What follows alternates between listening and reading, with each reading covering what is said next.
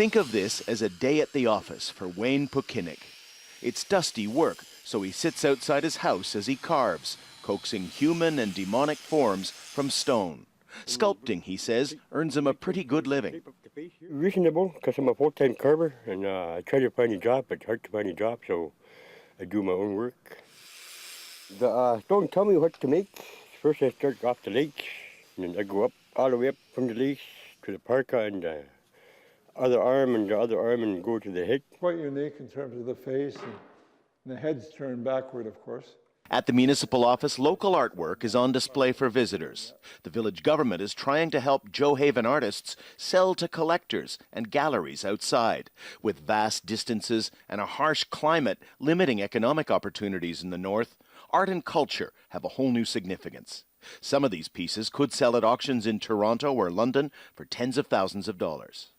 Well, there's many families over the years that have passed on the stories and passed on the elements of how to carve and how to sew and do all kinds of arts and crafts. And we're trying to escalate and bring up the value of what they're doing.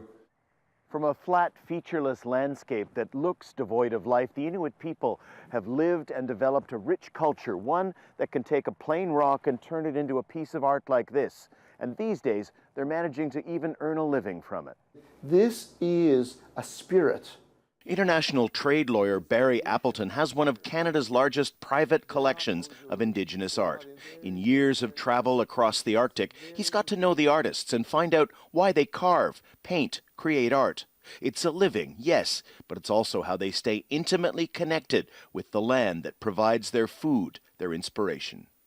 Having the ability to do art, to use your traditional materials, to know how the land works, that's what they call that, to live on the land, and to express that in your tradition becomes perhaps the most important economic underpinning of a traditional life. Inuit communities like this work hard to keep their way of life alive and relevant to each new generation. One of the best ways to do that is to help artists prosper as they share their culture with the rest of the world. Daniel Lack, Al Jazeera, Joe Haven in Canada's North.